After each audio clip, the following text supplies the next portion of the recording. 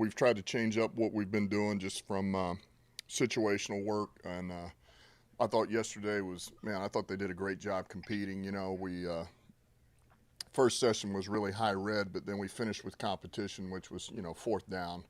Got to have it, 10-yard line, 10, 8-yard line, 12-yard line. We kind of did it by the winner.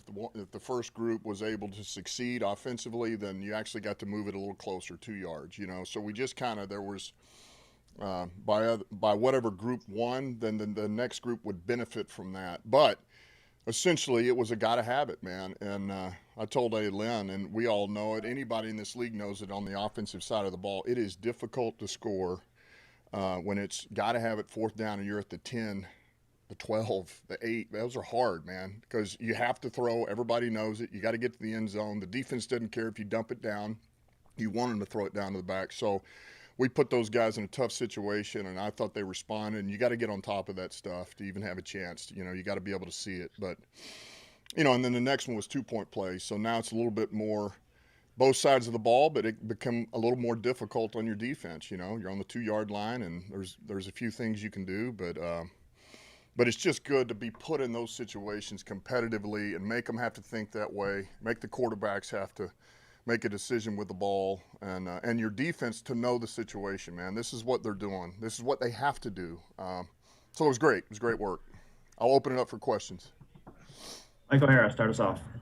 Yeah, Coach, yesterday morning you talked about your safeties, including Will Harris. Then in that, I think the 7-on-7 when he got the pick and all that. What does that do for his confidence, his standing, both his and then how you regard him? You see him make a play just coming out of the I mean, look, it should help him. I mean, it was a good play by him. He read the quarterback's eyes and he flowed with it and went up and made a play on the ball. It was good.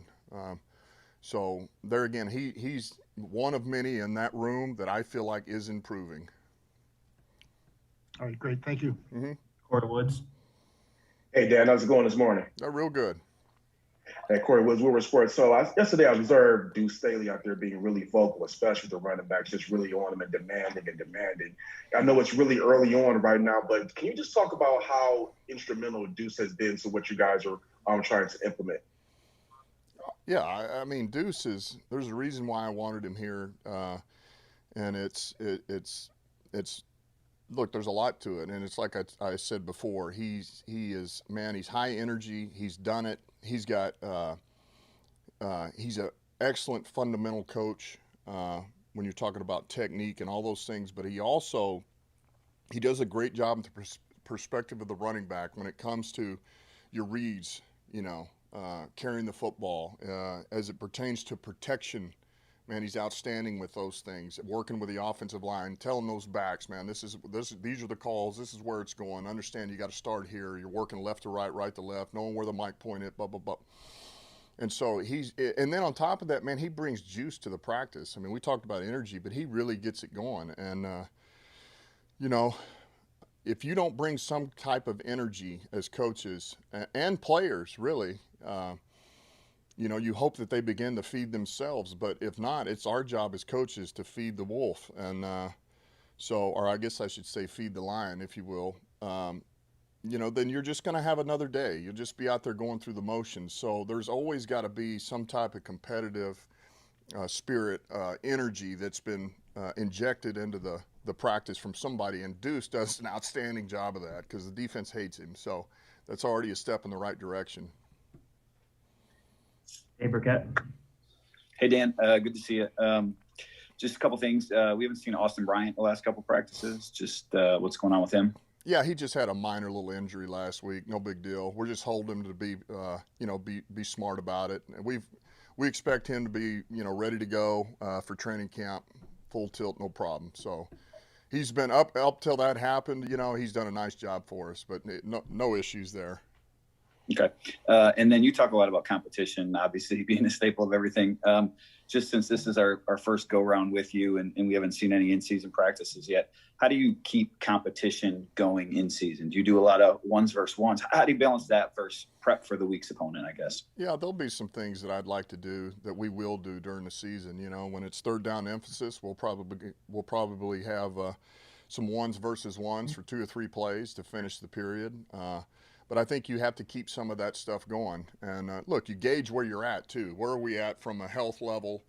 You know, what kind of game did we just come off of? You know, were we in an overtime game and those guys played, you know, 80 plays plus? Well, you got to be smart. But yeah, I do think you have to keep some of that competitive spirit, good versus good, to keep them amped up a little bit. And the other thing about it is you're getting ready for an opponent, and you know you're during the season, you're working on that opponent, and then to be able to say, man, hey, here we go. It's ones versus ones. It's Detroit Lions versus Detroit Lions.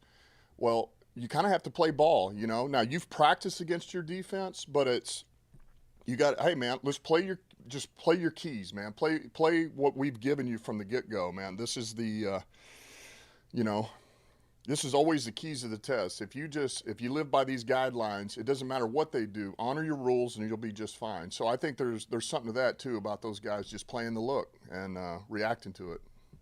And then very last thing, you know, Jared yesterday mentioned the 49ers week 1. I know it's, you know, 3 months away still or whatever, but how do you balance, you know, your install, you know, trying to, like you have said a couple of times, figure out who you can depend on and what they do versus prepping for the 49ers, even if it's just coaches doing it behind the scenes? Where are you at when it comes to that? Yeah, I would say right now our sole focus is on getting these guys fundamentally better inside of what we're trying to do offensively and defensively, our own system, our own scheme. Because before we have to get we have to get our house in order before we can think about San Francisco. I know that, and so look, we're expanding into some of these things with our guys. Some of these guys we think can help us, or guys that we think can create separation, or potentially mismatch players. We're beginning to expand what we think they can do a little bit, or see where we can take them, if you will. And but right now, Dave, man, this is where we're at. Let's get our guys right. There'll be time to start working on San Fran, and right now it's about us. Appreciate it. You bet. John Macaron. Hey, Dan, good to talk to you today. You too. Yep, I'm curious, as you started talking about situational football, I'm just curious from your sense, in your own words, as you know, most football games late in the fourth quarter come down to a key situational plays. What are the key staples or tenets that you feel a team has to have to make winning plays late in the fourth quarter when it's crunch time? Well, you know, Sean used to always talk about it's a, you know, you have to look, you have to work on those in practice, right? You have to gain confidence from actually doing it and proving that you can do it. And it does have to start in practice, but I think you have to put those, being able to handle pressure, John. I can go round and round with this, but one is being able to handle pressure and being able to, man, just lean on what you've been given and what you've been taught and what the rules tell you to do. And if we just hone in on those little things, you know, and as a staff, we get them ready for those situations to once they're put in it. Look, Bill was one of the best. Sean did it too. But you try to put those guys under an enormous amount of pressure during the week, during practice, so that when they do go out there in game day, they've been given the hardest looks that they can possibly have. And so they go out there and it's, man, this is a lot easier. I remember Bill used to, golly, man, in practice he would stand right behind the quarterback, or he'd stand almost right behind the halfback, and he'd single out a guy and just go after him nonstop. And when it was 2 minutes, he would be nonstop in the quarterback's ear, just badgering the quarterback. When it was a critical kick, he would just stand behind the kicker or in the kicker's path to wind up for the winning field goal and just badger them. And to harden them a little bit and mentally make them, man, just focus on what you've been given. Just focus on the job at hand. Don't worry about the noise. Don't worry about all the other hype and all the other hoopla and what's been going on in the game. Just focus on this play. And because if you try to look at the whole big picture at once, that's where guys, they run into problems. Just focus on this one play at this one time, handle the pressure. But I think you got to put them in it before you get into it, John. And then one last thing for me, to bring it to the present, your assessment so far the first couple of weeks of David Blau. Look, I love the kid, if I'm being totally honest with you. He's just he's a little football player. And when I say that, I mean that in the highest regard. Look, he's smart. He's extremely smart. He knows where to go with the football. I love his timing. He knows how to command the huddle. He communicates well. and he's and on top of that, he's a hell of a dude. By the way, he just is. So he is not disappointed. He's doing a good job. He's out there competing with the rest of those guys. Larry Lage, AP. Hi, Dan. You were asked about Calvin Johnson yesterday. I want to ask you about another guy who's going in the Hall of Fame with local ties, Charles Woodson. What personal memories do you have of him? What reflections do you have of him? Where do you think he ranks among DBs in your lifetime or since you've been paying attention?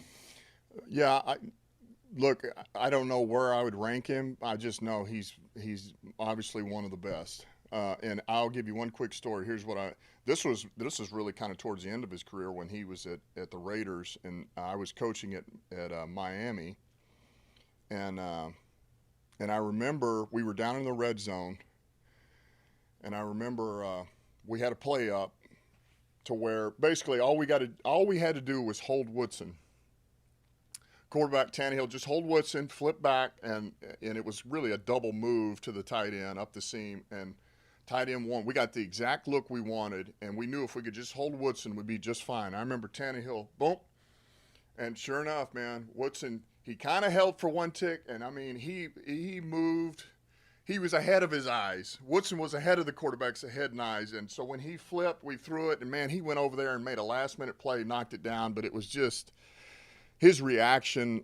He was always one step ahead. He was not only, athletically very gifted, but man, he was a smart football player. He understood the game well, and he knew what teams were trying to do to him, what quarterbacks were trying to do to him. But I remember we just knew we were going to have that play, and we kind of had what we wanted. But my gosh, it was a hell of a break by him. It really was. So he's a heck of a player. Did it for a long time at a high level. He's rare. That's why he's going where he's going. Got time for two more. Kyle Meinke. Morning, Dan. Morning. I got two for you. First, we saw Jalen Reeves may have been leave practice yesterday. Do you have an update there? Yeah, that's a minor thing as well. It's just kind of got his heel a little bit. No big deal. He'll be just fine. All right, right on. Second thing, you mentioned in passing yesterday Quintez Cephas, and then we went out to practice, and he had another really nice day for you yesterday. So I'm just curious your early impressions of Quintez and how you see him kind of factoring into that mix there you have at receiver. Yeah, I just think there again, this is all about trying to identify the guys that are getting better and guys that we feel like we can begin to depend on and know exactly who they're going to be or what they can be. And I would say over the last 4 practices, QC's really come on, and we all see it. We feel like he's growing right in front of us, and that's what you want these guys to do during this time, So. Shoot, I would just leave it at that, Kyle. But he really has. I do feel like the last 4 practices he's begun to really take off a bit. So, and that's encouraging. That's what you want. He's a young guy going into year 2, and he's been a sponge with Randall L. And that's how you get better. And he's willing to work. He puts the work in. Thank you. Mm-hmm. All right, last one, Chris Burke. Hey, good morning, Dan. I just had a couple quick ones, actually. I wanted to ask about another wide receiver. You mentioned Victor Bolden yesterday, and then Jared mentioned Victor Bolden's been playing really well. Just wondering what you've seen from him to make you guys point him out. Yeah, as I said yesterday, it's his ability to separate. And even some of the little things, not only just separation, but you can see him. He's another guy that's taken the coaching. And, we had one-on-ones yesterday. And one of the routes he ran, just the way that he worked the leverage of the defender, but was also patient to get his depth and then come out of the route, quarterback friendly. It was just, not only was it a really sharp route to have the explosiveness he has, but also to have the wherewithal to set the route up like he did. The patience enough to get the depth. It's a quarterback's dream, because you know exactly where the guy's going to be, how he's going to run the route, and so it's kind of those things. You do see this quickness about him, this speed, but also there's some detail to what he's doing, and that's encouraging. And then the other thing was I heard a lot of first-year head coaches talk about just the challenges of even time management, just even being prepared, but then there's so much stuff to do. And I was wondering if your time either as an interim or what you're doing in New Orleans has prepared you for everything you had, or if there's stuff that's kind of catching you off guard now that everyone's in town. Yeah, no, look, time management's always going to be something you have to work on and think about. And, you know, I'll be honest with you, for one of those, there was things that came up when I was at interim that I learned from, but also being with Sean those years in New Orleans. But look, I'm also going to lean on guys. We've got some guys on this staff that are, they're well equipped as well to handle this. And these are things that over this summer, you know, I'll be diving into and spend my time on while the players are gone and everybody's gone. Those are some of the things that I'm going to put myself in those situations, and how do we handle it, what we want to do. Look, I've got guidelines that I live by and think about, but also you have to put yourself in those, and that's what I'll do. But I'm not going to do this alone. I'll have people that can help me and I can lean on a little bit as well. Thanks, Dan. Yep. All right. Thanks, Coach. Thanks, Okay. everybody. Thanks, guys. Have a good one.